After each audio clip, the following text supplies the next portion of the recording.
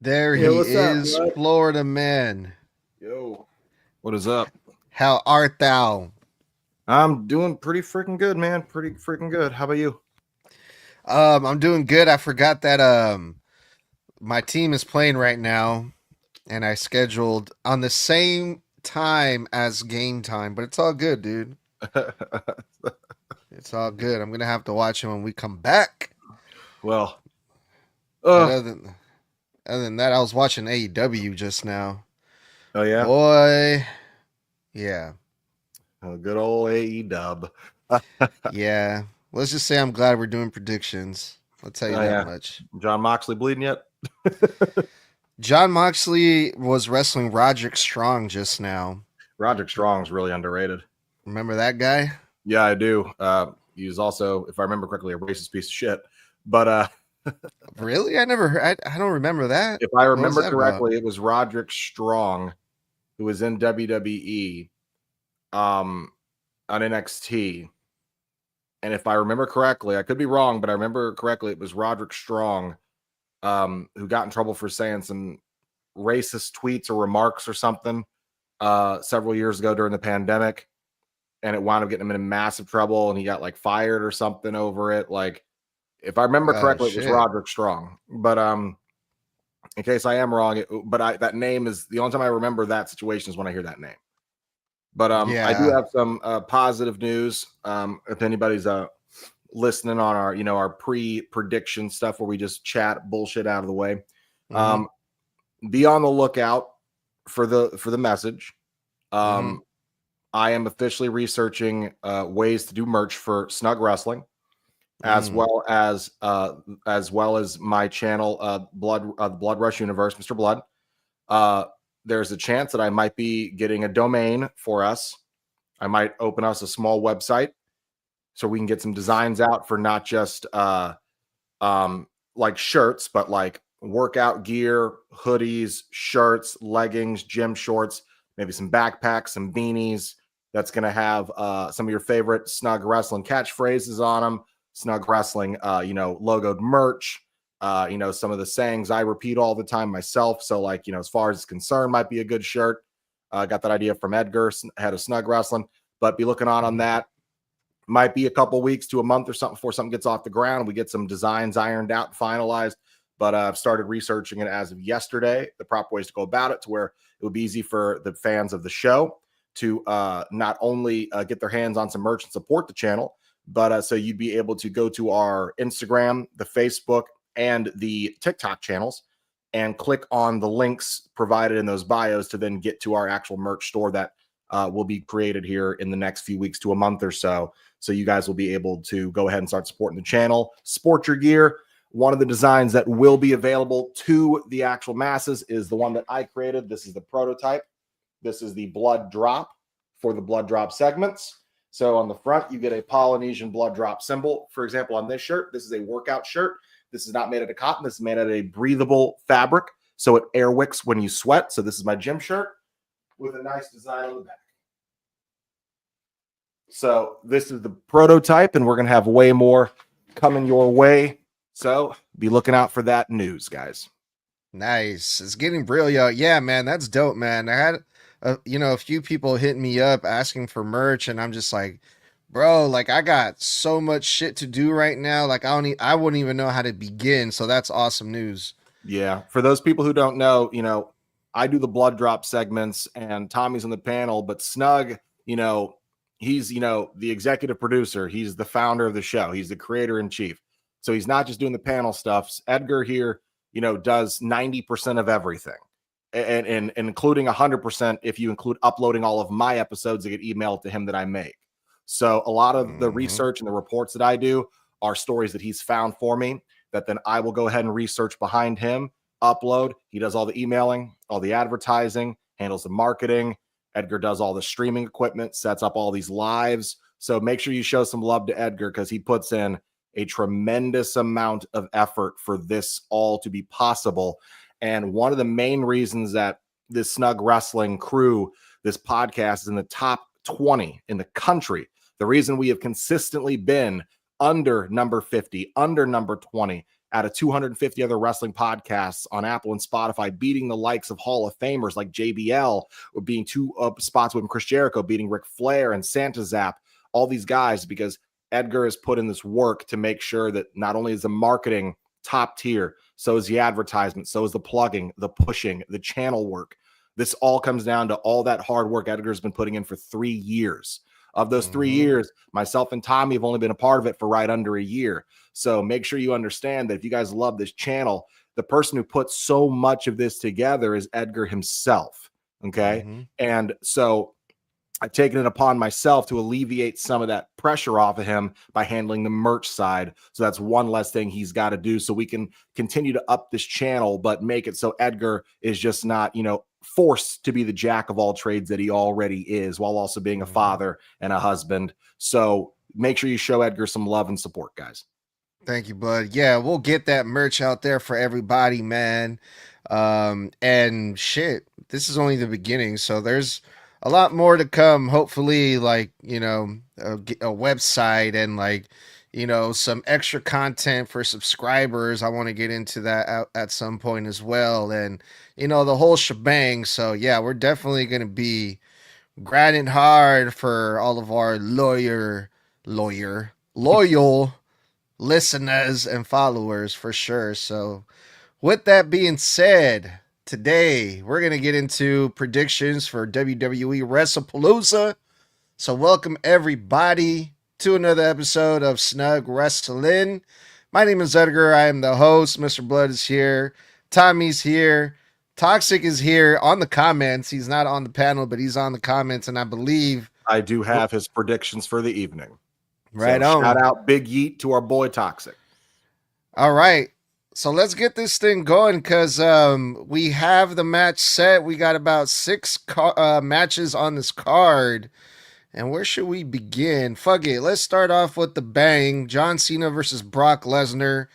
We still don't know what the fuck is going on with Lesnar. Why did he show up and come back on John Cena's retirement tour to challenge John Cena? He gave John Cena a couple F5s when he showed up on SmackDown. He beat up John Cena's friend R-Truth. And John Cena just said, all right, let's fight. WrestlePalooza it is. I mean, it is Brock Lesnar. He's probably one of Cena's biggest opponents, and throughout his career, one of Cena's biggest threats today. Will John Cena, I mean, this is one of his final matches. John Cena has to win this one, right, fellas? Or what do you guys think?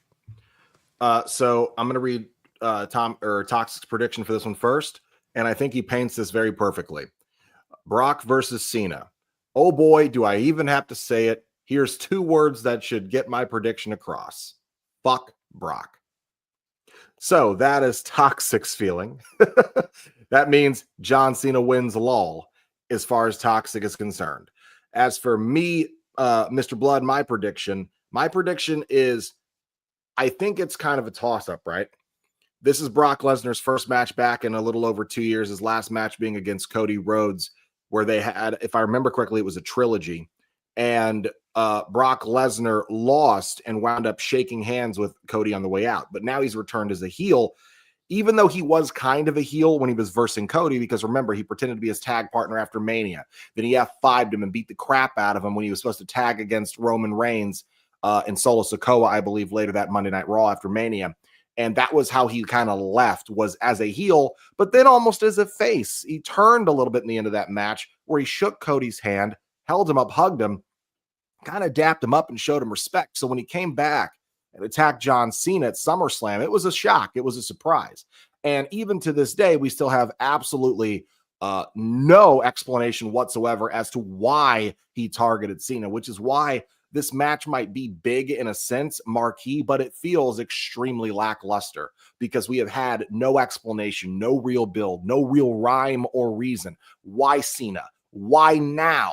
And I mean in story. We know why now. That's because WWE's legal team cleared him, so they were like, let's get him back as quick as possible and sell this match to ESPN. But in story, it's like, well, we don't have a justification. So you could say Brock needs to win because it's his last match back, or his first match back, and he lost his last match here. However, you've got to also think John's got 5 dates left, one of which being WrestlePalooza, which leaves us with 4. So if John Cena wins, awesome. But then how do you stretch 4 matches, 4 appearances between October, November, and his final one on December 13th at Saturday night's main event to end the year? My question is this. You've got to think he's got 4 appearances left. 2 have to be set up for 2 matches. My thing is, I'm going to be in the minority here. I think Brock Lesnar beats John Cena and puts him out on the shelf so we can get through October without John Cena and save those last 4 dates for November and December. I think Brock wins to write Cena off for at least a month so they can utilize those last 4 dates properly. That's my prediction. And I could not agree more, Blood. I'm the same way. I think this one goes to Brock simply because of the fact that they have to write Cena off somehow. So I am going with Brock Lesnar. We probably won't get anything until maybe Perth for one, and then good old his final match setup. But I have to go Brock here just to set up a little break for Cena. Yeah, you guys are definitely wrong. John Cena, there's no way he can lose. Even though it is Brock Lesnar, he's the beast, right? But John Cena has to win. It's his retirement tour.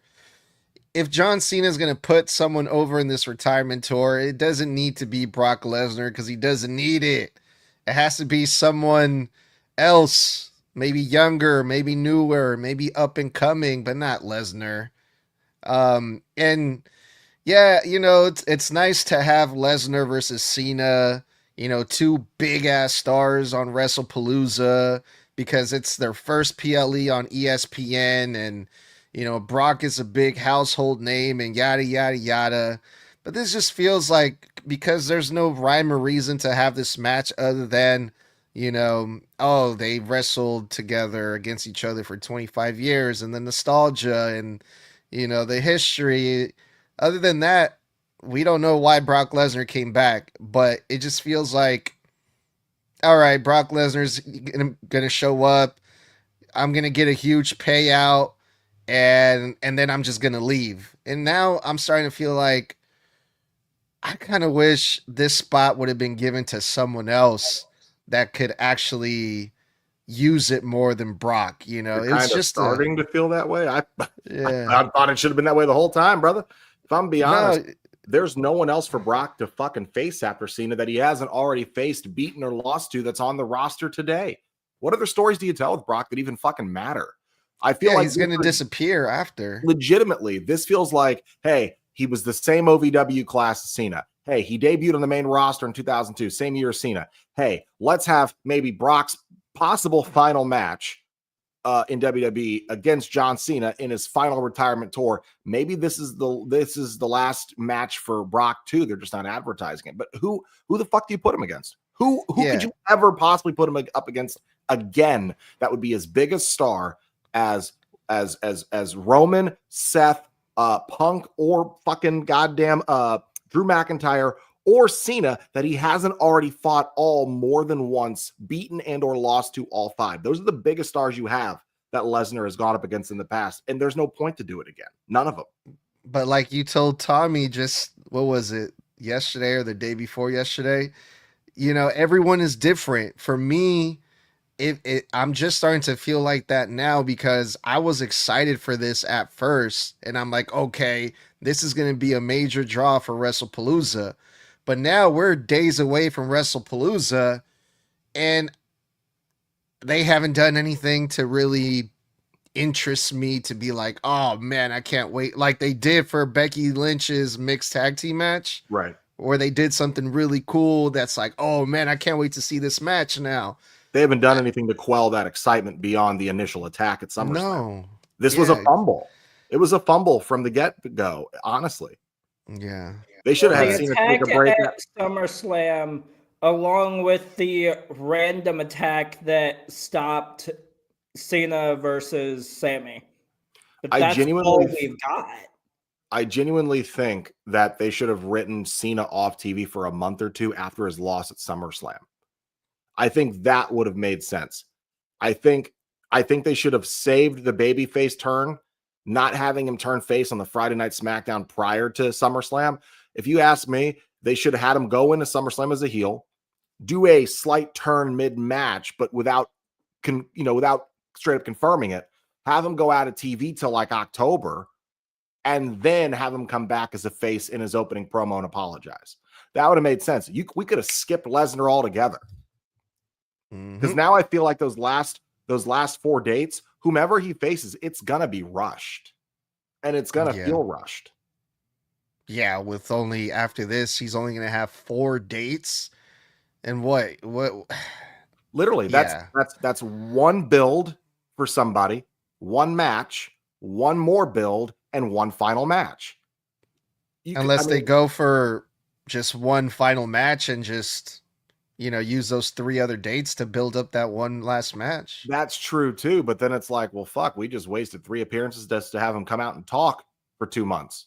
It's like, Jesus. Well, yeah, it's going to be so weird. They could have, if they had not had Brock attack him, they could have saved 2 dates because they wouldn't have needed the build of this match nor the match itself. They could have saved 2 and we'd have 6. All right. Let's do the mixed tag team match next, you guys. CM Punk and AJ Lee versus Seth Rollins and Becky Lynch. This is going to be AJ Lee's first match since 2015. We're talking in 10 years since AJ Lee has been in the ring in an official WWE match, at least. I mean, I'm sure she's been in the ring before, but does she still got it is the big question. What do you guys expect to see here? And who do you guys think is going to win? So this is AJ and Punk versus The Vision. This is the prediction from Toxic. Looks, because this is also going to slightly inform his feeling on the Braun tag match later. Looks like all 4 members of The Vision besides Heyman are losing. Are you really going to have AJ fucking Lee pinned after 10 years? And hopefully this leads to AJ versus Becky at Crown Jewel for the women's IC title. So he has AJ and Punk going over. And you know what? I concur. I think that AJ's first match back needs to be a win, considering that literally at SummerSlam, not only did Punk beat Gunther, Punk got robbed at SummerSlam by a cash-in. So his last big match, not just the Fatal 4-Way, his last big one-on-one match where he was crowned a champion at SummerSlam. That's important. Then you go to the Fatal 4-Way, and then he lost, okay? A lot of that in part to Jey Uso fucking everybody up. And he got screwed because of Becky Lynch. So there needs to be comeuppance here, in my opinion, for Becky screwing Punk and for Seth screwing Punk. Not only at one PLE, but at 2 back-to-back PLEs. So I think because the heels have gotten the comeuppance, or have gotten, their little shit in twice, I think that a win needs to come back to Punk and AJ, at least tonight, because we don't know what's going on in Perth for Crown Jewel. We don't know that yet. But one can assume that whatever is happening there, Toxic might be right, could be Becky versus AJ for the IC title. I don't know if we get Seth running it back with Punk, and then another interference happens, and then that leads us into War Games, which is very, very possible. I also kind of suspect Crown Jewel might be the return of Roman Reigns. So as far as it's concerned, we're going to have to wait and see till Crown Jewel, but I concur that AJ and Punk need to win here because they've already kind of on their side of the ball been screwed twice on Punk's behalf, basically screwed twice the last 2 PLEs straight. They need to get a win here. I have had this prediction ready since her return. Hell, since before her return. I do completely agree that Punk and AJ seriously need to win this. Punk needs it in himself because of the fact that he was screwed over 2 PLEs in a row. And of course, this is AJ Lee's return match. So there's that. But I think what happens, and boy, would this be one hell of a pop, AJ Lee pins Becky Lynch, which will then lead to, I think Toxic is right, an women's IC title match between Becky Lynch and AJ Lee. So I'm going with CM Punk and AJ Lee for this. Yeah, I'm definitely gonna go with Punk and Lee as well. Um, yeah, because everything that they've been doing to poor CM Punk, Becky Lynch being slapping CM Punk around like a little, you know, punk, no pun intended. Yeah, I think it's only right, but either way, it's gonna be a fun match. We get to see Punk and Seth go at it in the ring. That's always nice. Um, and I really liked how Seth and Becky played everyone on Monday Night Raw. They came out like they outsmarted CM Punk and AJ Lee, and it seemed like they're really on the same page, Seth and Becky. So it's going to be very, very interesting for sure. I do have one more prediction for that match inside that match. I definitely think that inside of that match, I think that at least one of the spots I'd like to predict that I mentioned on Monday is that I think Punk GTS is Becky, and I think Seth curb stomps AJ. Oh my God. I think you need it, because you got to think it's all been about I would never hit a woman. I would never, but they've been pushed so far now, specifically Punk. He's been bitch slapped and just jack slapped and Punk slapped by Becky so many times where she sneered in his face. She needs to get her comeuppance. And even though I know AJ is going to hand her ass to her, I think that at a point when they get desperate, the heels, when they get desperate, I think Seth is going to curb stomp AJ out of desperation. Or I think Seth totally curb stomps AJ out of desperation. And I think that is going to make Punk snap. AJ is going to get in between them while he tries to chase Seth. And she's going to sneer him again. There's going to be a spot where she's like, nah, smack him in the face. And he's just going to look at the audience and they're going to shout, go to sleeper, GTS. And he's just going to lift her up, shrug his shoulders, and he's going to hit her with a GTS. And I think the crowd is going to go absolutely apeshit. Doesn't that defeat the whole purpose of a mixed tag team match? Because that's one of the rules. You can't hit. Well, if the ref goes down, that would leave it perfect for Seth to curb stomp. And almost every time these guys have had a match, the ref has gone down. So the reason I also say that is because the new WWE 2K25 game that came out this year, the biggest selling point of that game was that you could have intergender wrestling and intergender fighting now. You can do girls versus guys now. Girls can get interjected in a men's match. You can hit each other, and there's no DQ. It's a huge part of the selling point this year of that game. That was one of their massive marketing strategies for that game. I think they're past the point of caring about women on men wrestling violence. I think, in fact, you can also throw people off from the top of the Hell in a Cell in the wrestling game. Doesn't mean they're going to do it in real life. Except they did like 3 different times in history. The biggest one being Mankind and Undertaker.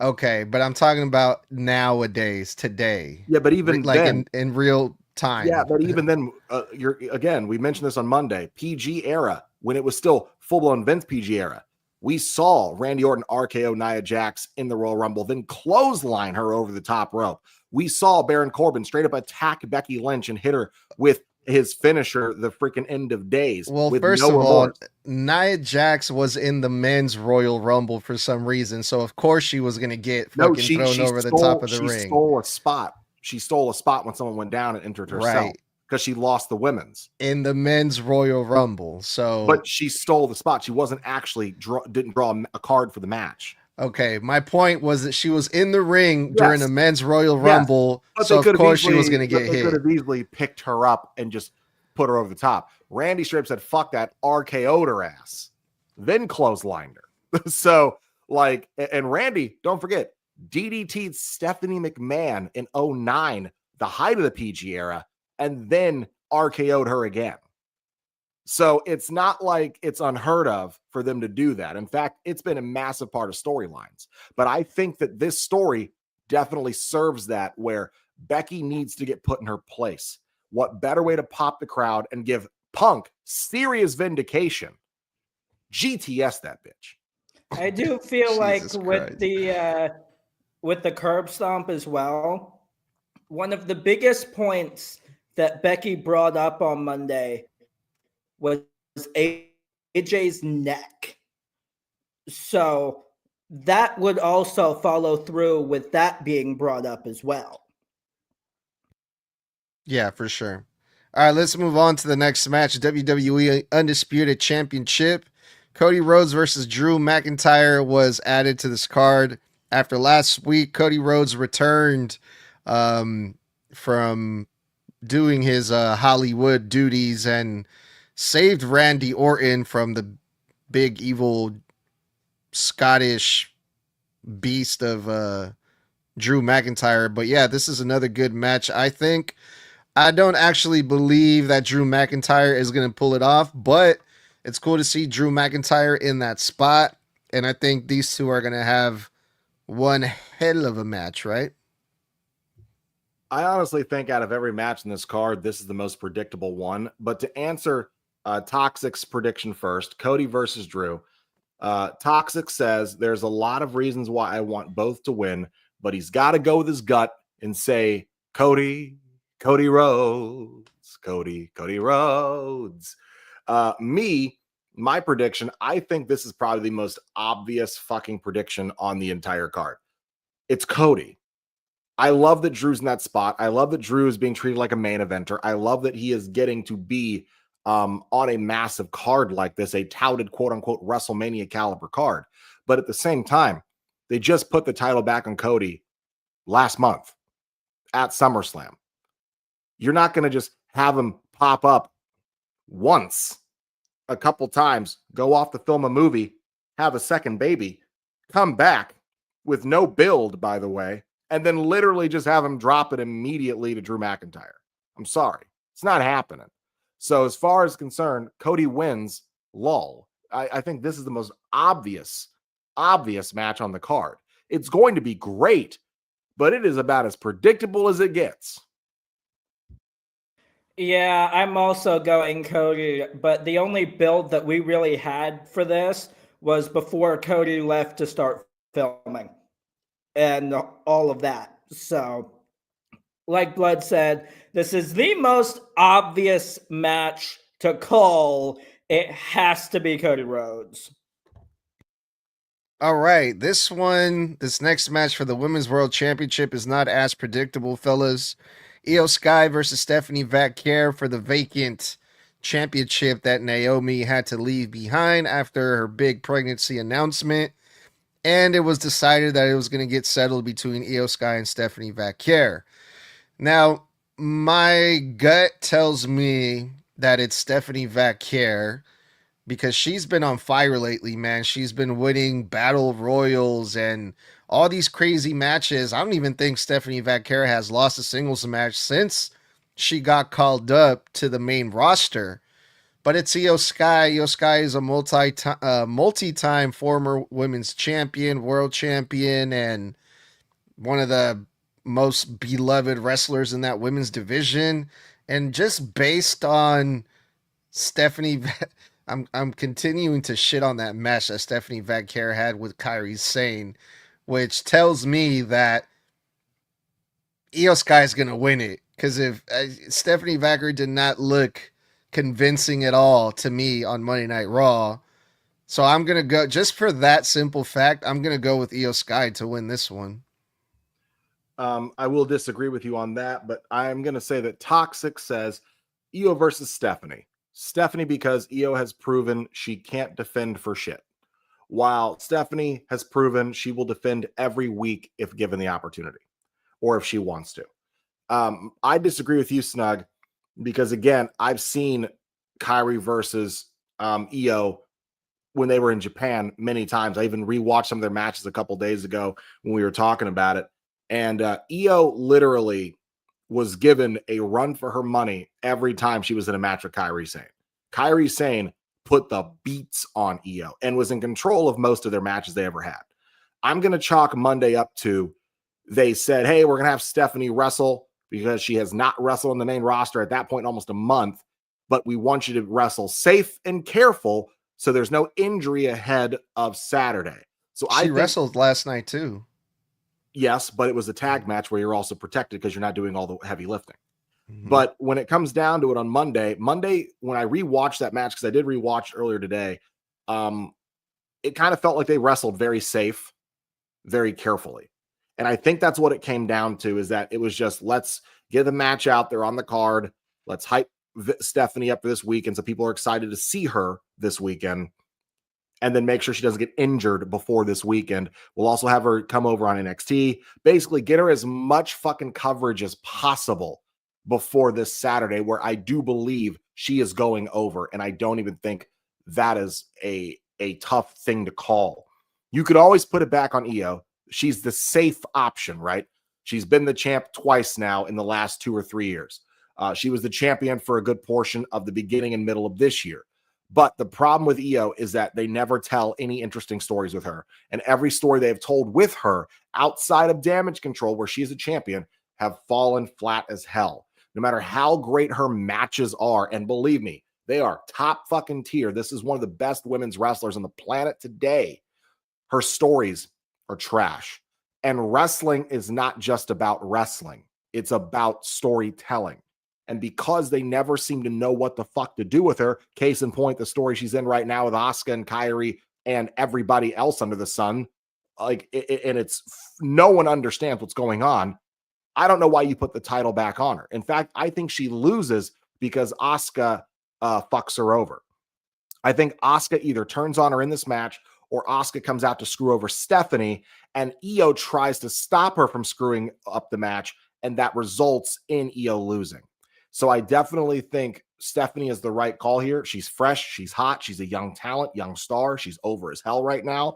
I think it's the proper time to put it back on her, because then I think we're definitely going to get Stephanie versus either Stephanie versus Rhea, Stephanie versus Nikki, Stephanie versus Asuka, and Stephanie versus Io for sure. I think is the plan that they are looking at once they put that title back on Stephanie, or put that title on Stephanie Vaquer for the first ever time. Because when you see her backstage in all these segments, everybody she's interacting with are all former women's champions. And they're all trying to either be her friend, or they're all trying to do that friendly competition thing, except for Asuka.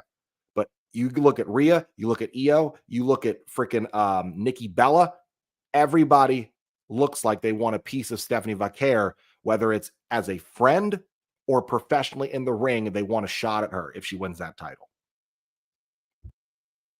So my main thought is this. I have a feeling like even before Naomi's pregnancy announcement, there was going to be a plan to have Stephanie Vaquer take the title off of Naomi. So I am going with Stephanie Vaquer. She absolutely deserves this 100%. She's amazing in the ring, always has been. Amazing on the mic, always has been. So Stephanie Vaquer has been? Yes. She doesn't even speak English, bro. You should have seen her in NXT, just saying. All right, fair enough. Which will lead me further into this.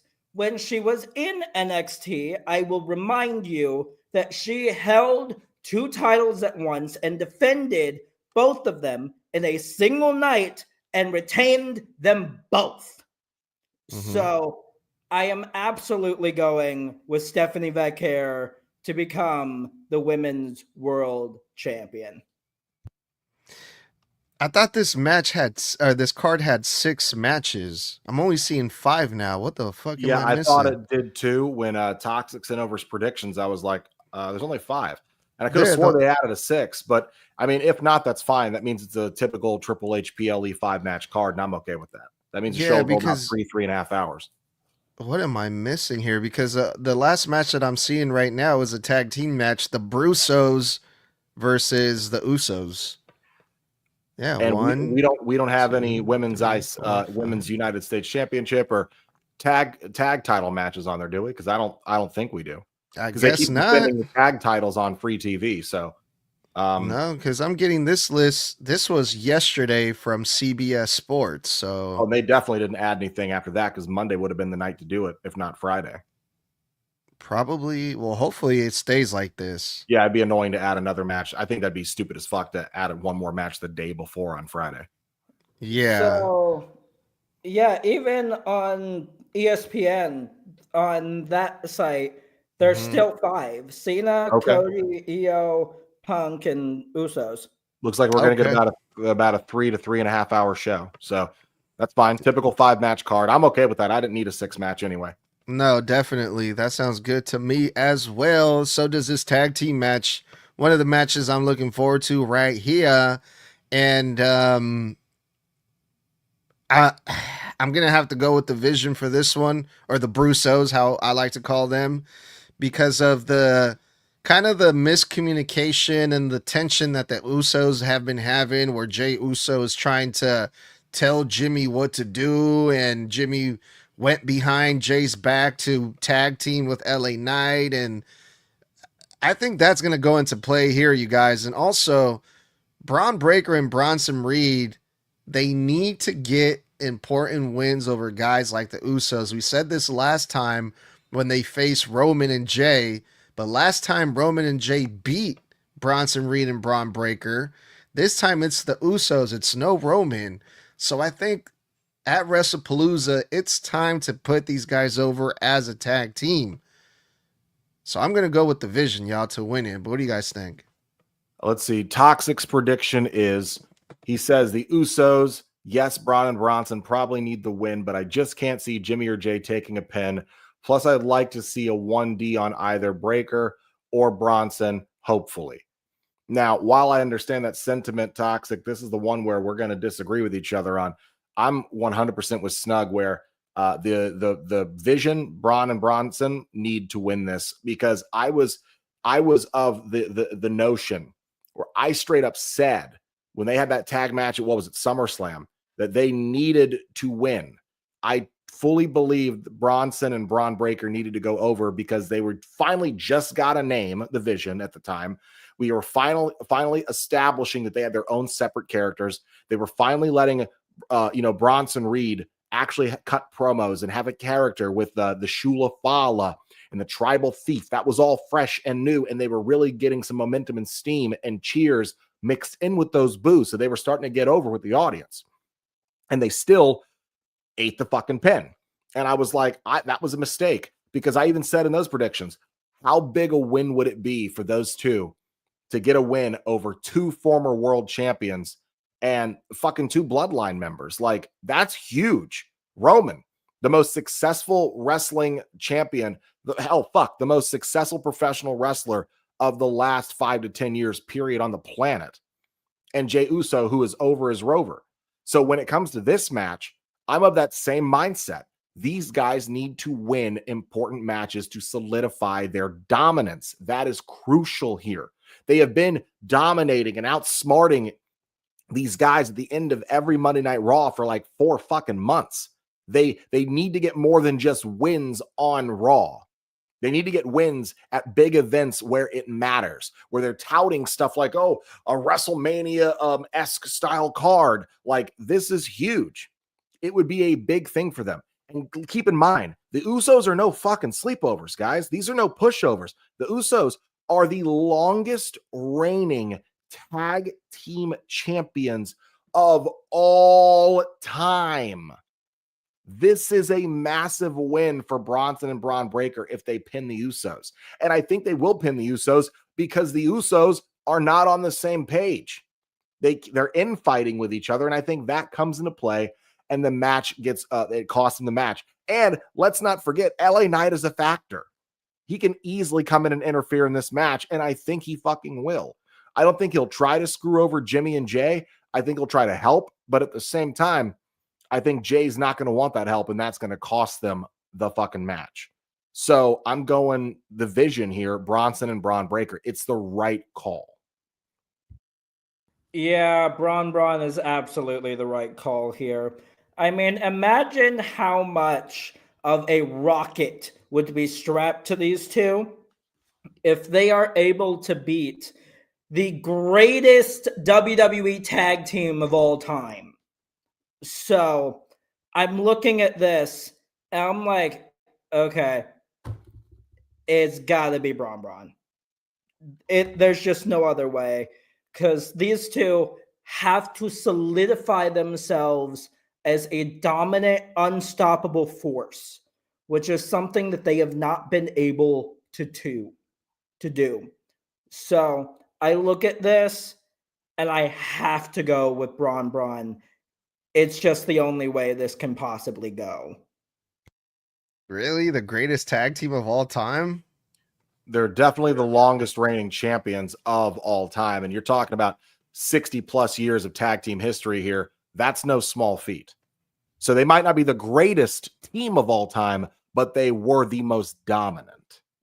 Yeah, maybe top 10, top 5, maybe, but well, for of all time. In the greatest, I agree with you. They're not the greatest tag team of all time. They are the most dominant tag team of all time. That's a fucking statement, Tommy. That title reign proves it. You only hold it that long if you're winning. Yeah. Well, yeah, man, that's going to be WrestlePalooza this weekend. Man, I can't wait. It's going to be a fun weekend full of wrestling again. So we're going to be really fucking busy with so much content. Mr. Blood, get us out of here, please. Well, that's going to wrap it up for this episode of Snug Wrestling, the WrestlePalooza 2025 predictions.